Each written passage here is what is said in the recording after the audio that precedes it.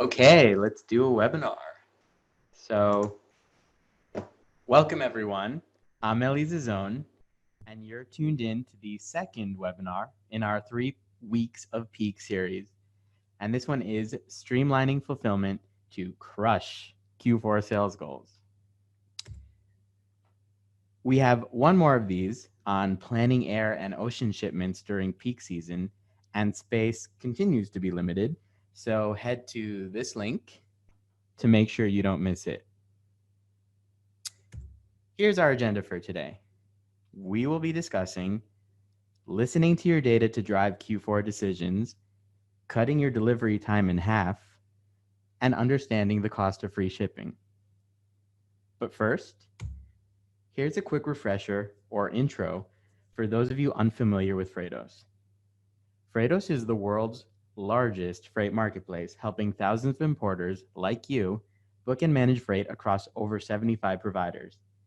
The key difference with Freightos is that we help you navigate pricing with real visibility into the current market, manage all of your shipments and book billing in one platform, and round that off with some great technology and human support. If you haven't already, you can sign up for a free account at freightos.com. We'll be taking questions at the end, so please send them through Zoom.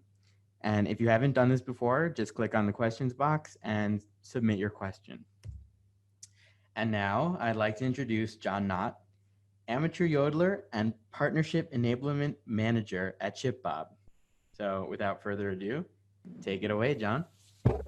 All righty. Hello, everyone. Unfortunately, I won't be yodeling on this presentation, but we can certainly take that offline and continue the conversation there. Thanks for the warm intro. So as you mentioned, we are ShipBob, so we're a modern e-commerce fulfillment solution. We're located in the heart of Chicago, Illinois, with owned and operated fulfillment centers across the US. We are one part physical fulfillment and one part order and inventory management tool as well. And we combine the two in a wonderful matrimony. But before we dive into too much, we will be sending out the presentation afterwards. So by all means, take notes, but don't feel like you. And please, do ask questions that come up throughout. We'll be sure that we answer those with what we can at the end of the presentation. And if not, we can certainly continue the conversation afterwards. Beautiful. I'm going to share my screen and then we will dive on in. All right. Beautiful. So as we gear up for Q4, it's important to take a step back and take inventory, if you will, of what has worked and what some other leaders in this space are doing to set themselves up for success to capitalize on Q4 demand. So, brands are increasingly more and more able to gather data across multiple platforms, but a failure to use that data collectively or seeing it kind of across the board, across platforms, it can really set us up to leave some money on the table there. So I want to make sure that we talk about that. This week, I'd love to dive into a couple topics that I think could really move the needle and prepare us for the Q4 demand that you are going to hopefully be seeing. So e-commerce brands are always looking for ways to capitalize on the Q4 rush, right? And so I think it's important for us to take a step back and think about some indicators that should be able to give us some visibility into what gave us success last year, as well as what could potentially be giving us success this year. So first up is analyzing last year's Q4 data to predict order uptick, right? What went well last year and how were you able to deliver on that last year, right? Were there certain SKUs that did better than others? Are you investing in sourcing items that are similar to that? And what can the data from last year tell us about what could be important to either keep the same or to be changing about this year? Understanding your customer order data. This is something that we'll talk a little bit about later when it comes to targeting and retargeting folks based on that customer data. I think a lot of people don't necessarily have as much customer order data as maybe they could. And so looking at things like a heat map for where your customers are ordering from, or looking at things from, hey, over time, are my customers ordering a similar amount from me? Are they ordering more? And really getting into, how much you're able to retain your customer base. Ensuring that your inventory depth is substantial. We'll talk about this in a bit too, but for certain inventory items, doesn't make sense for me to split those items across multiple fulfillment centers so I'm able to be closer to my end consumer, or do I not have the inventory depth for that to make sense? And lastly, understanding the desired impact of any kind of campaign that you're running, right? Being really specific about what you aim to see from any kind of marketing campaign that you might do.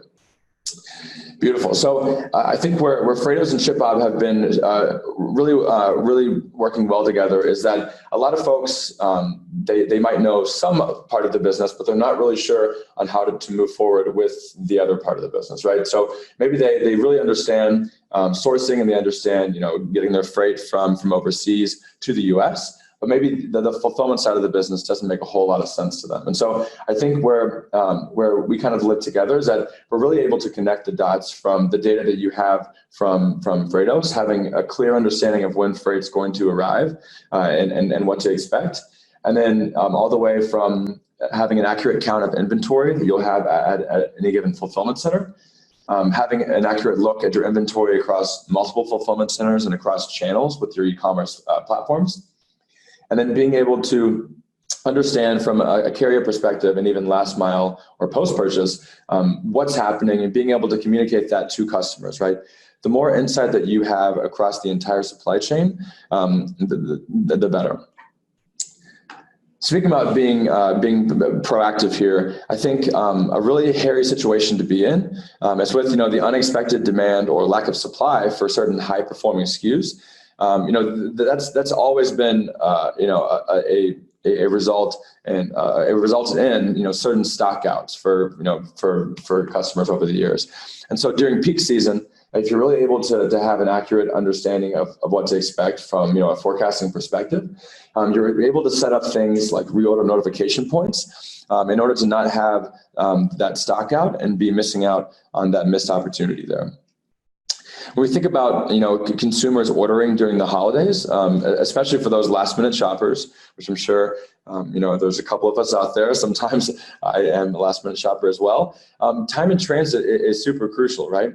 So being able to have that item there and being able to capitalize on that person that is last minute shopping is going to be a really big needle mover for you as we move into kind of the holiday season here. All right, so moving towards being able to distribute your inventory. So this is something that is super beneficial and a lot of our clients are leveraging internally today. Does it make sense for every business? No. Does it make sense for a majority of the businesses that we work with? Yes, and there's a lot of benefits to doing so that we'll kind of dive in here.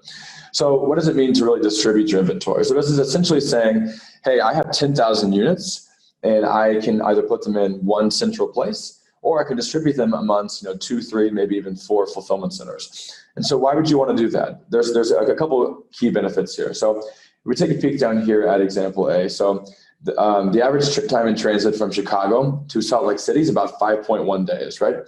But if we look at being able to distribute your inventory, now we're looking at 2.9 days on average. So it's essentially saying, hey, what if I'm closer to my end consumer? And what are the real benefits of doing that? Well, A, you're closer to your end consumer, right? So they're going to get their package in a more timely manner, which obviously produces a better customer experience. It's going to cost you less to do that because you're shipping to a closer destination. And at the end of the day, if you're able to deliver on that 2-3 day shipping, you're able to offer that 2 to 3 day shipping, right? And that's just going to convert at a higher rate. And we've seen that time and time again with folks that work with us, right?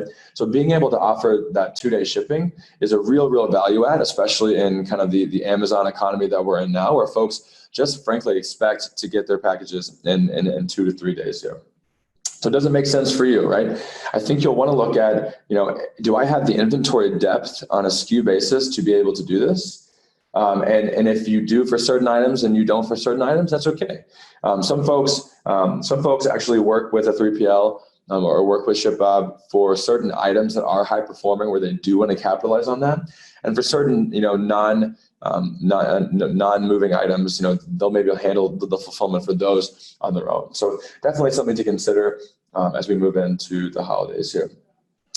All right, so when it comes to customer data, like I mentioned earlier, the more data you have, the more data you're going to be able to use and really leverage to make smarter business decisions, right? If you know that 60% of your customers are on the West Coast and you're, let's say, only fulfilling out of the East Coast, it's kind of a missed opportunity, right? It's going to be longer time in transit. You're going to oftentimes be paying higher when it comes to shipping. And you've really missed out on an opportunity to be targeting to certain customers based on their geographical location here.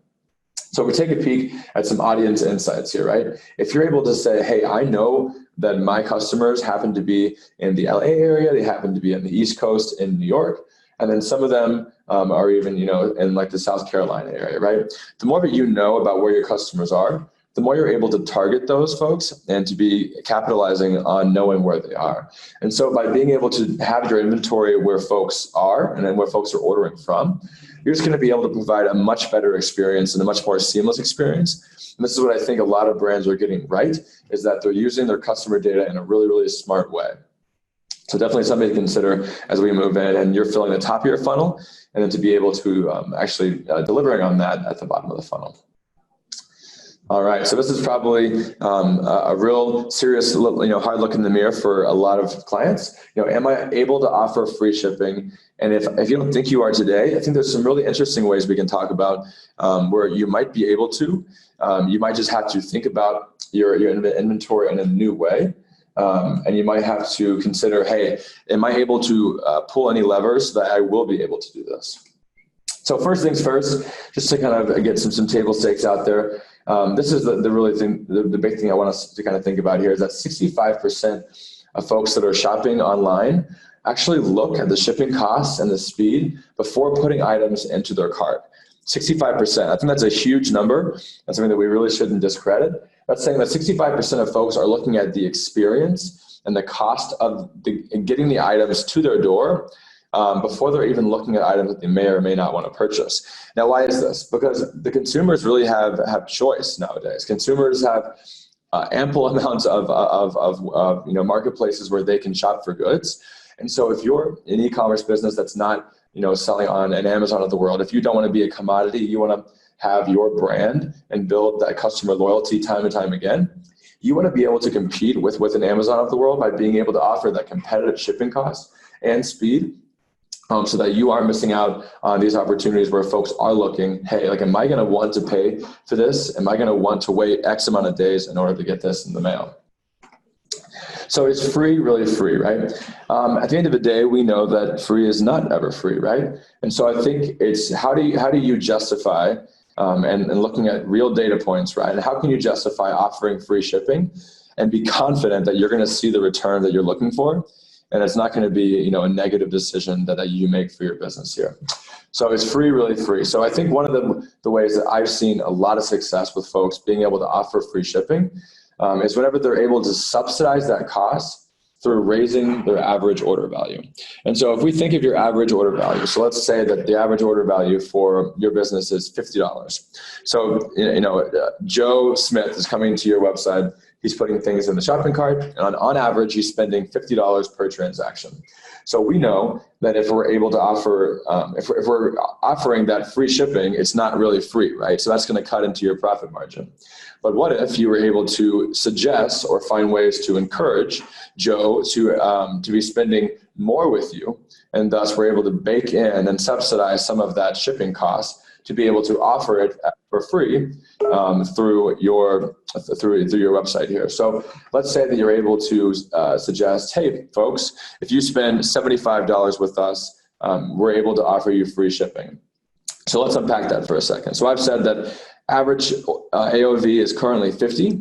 If I'm able to offer free shipping, if folks spend 75, that's increasing the average order value by $25. And so whatever that shipping cost that you're actually not charging for is, you're able to see an increase of full price revenue while also being able to convert at a higher rate by being able to offer free shipping. I think this is the premier way to be able to offer free shipping. But there's certainly a couple others that I'll talk about, and they all have their merit as well. So set minimum order amount. So this is kind of what I just mentioned, right? You're able to get free shipping if you hit X dollar amount, right? So you're essentially incentivizing them to spend more money with you. Offer free shipping on select items only. So this works for some folks, doesn't work for others. If you have a lot of different items, and let's say they might order, a coffee mug from you and also a T-shirt, you have to take a look in the mirror and say, is it a good experience for me to offer free shipping on one of these items and not for the other? Or am I willing to blend the cost of shipping for those two items in general and find a way for it to work for all the items? I think finding a way for you to offer free shipping for all items is obviously going to be the best when it comes to customer experience. Offering free economy shipping, so that's just saying, hey, it's not going to get there in 2 days. It might take up to 5 or maybe even 6 days. But is that worth the degradation in service for me to be able to offer it for free? Include shipping prices and the cost of the product. So am I able to actually bake this into the cost of the actual item? Yes or no? Certainly some things to consider there. And then the last thing is a free shipping membership. So this is essentially what Amazon has done with Prime to a lot of success. And so does this work for every business? Not necessarily, but could it work for your business? It's definitely possible. And I think it's something to consider, especially for folks that do have reoccurring items that folks are ordering. Let's say, weekly supplements or, monthly hair products, whatever it may be. If you're able to set up an annual or maybe even a monthly shipping membership, this is a great way to build brand loyalty and to keep folks coming back to you over and over again because they're already bought in to you as a brand, right? They've already invested that 20, 30, 40, 50 bucks, to be a part of that shipping membership. And so anything that you can do to build retention and to build those repeat customers is obviously going to be a benefit to you. So these are just a couple ways that we've seen success with. Again, I think increasing the AOV is truly a win-win if you're able to do that. So by all means, reach out to our team if you want to talk through any of these, and we can definitely give you some tips from what we've seen be successful. And then this is just kind of a peek at, at the SKU level, what exactly do you have able to work with here, right? For certain items, it's going to make a whole lot of sense, and for others, it might not. But am I able to bake in the cost of shipping into the actual cost that I'm selling the item at? So if you're earlier on and you're able to do this up front, hey, that's great, right? You're able to bake in your shipping into what you're charging for the item. That's kind of a nice situation to be in. But if you're not, if you're already an established business, definitely doesn't hurt to go into this. And to see, hey, are we able to do this and still be able to provide that same level of customer satisfaction? Because I think for certain folks with high value items, if you raise it by 2 or 3%, no one's going to really notice the difference. If you have a lower priced item, it might really change what they're willing to pay for that item. So definitely want to consider that whenever you're looking at possibly changing what you are or what you're not doing when it comes to charging for certain items. And then lastly, before we hop into questions, I want to talk about kind of the post-sale experience. This is where we've seen a lot of changes recently and a lot of improvements as we continue to see that businesses are optimizing for the consumer, right? They're doing everything they can to provide the best customer experience so that they build brand loyalty and become a standalone business that you feel good about shopping at. So I just wanted to highlight one example here. So Zenni is actually a glasses brand, and across the entire sales cycle, and Nick is actually one of our partner marketing managers. Nick purchased from them once, and then you can see on the right, he's purchased from them 3 or 4 times, right? So it felt really good to buy from them, and I wanted to unpack why it felt so good. So Nick orders from Zenni. He immediately gets an email with the order number, and is given the order tracking information right there in that first email, right? So this is saying that this brand values the fact that they want to confirm that yes, the purchase has happened. They want to give you an order number up front and even give you a tracking number so that you can see whenever you want on your own time where your order is, and you can be able to proactively get that information rather than having to reach out to support. But they've thought of everything because they also have given you a phone number, and they've given you the times that they're available, and even they've given you their social platforms to engage with them, right? So they're proactively giving you all the information that you need. They're giving you support numbers ahead of time with the numbers that they're available. And you can see on the right, they're even giving you a breakdown exactly of when the item was placed all the way across the last mile until when it was actually delivered to the minute to the end consumer there. So excellent example of how some brands are being super transparent across their customer journey, and just kind of one end, as I suppose, to you having data across your entire supply chain, so that you're able to pass on that information to your consumer there. Alrighty, I'd like to go ahead and pass it back on over, and we can kind of dive into a couple questions here. Okay, thank you so much. Yeah, like you said, we're gonna go straight to questions. All right, how much lead time does ShipBob need from time of receiving inbound freight to fulfilling customer orders? That is a great question. So a lot of folks see value in kind of nixing one of the steps that they're used to when it comes to inbound freight. So the old way, I suppose, that they're fairly used to is that they send the order comes from the manufacturer across seas. It maybe comes to some sort of warehouse, and then it goes to their 3PL before actually being distributed to end consumers. What a lot of our folks are doing is they're sending their inventory straight to one of our fulfillment centers on either the East or the West Coast.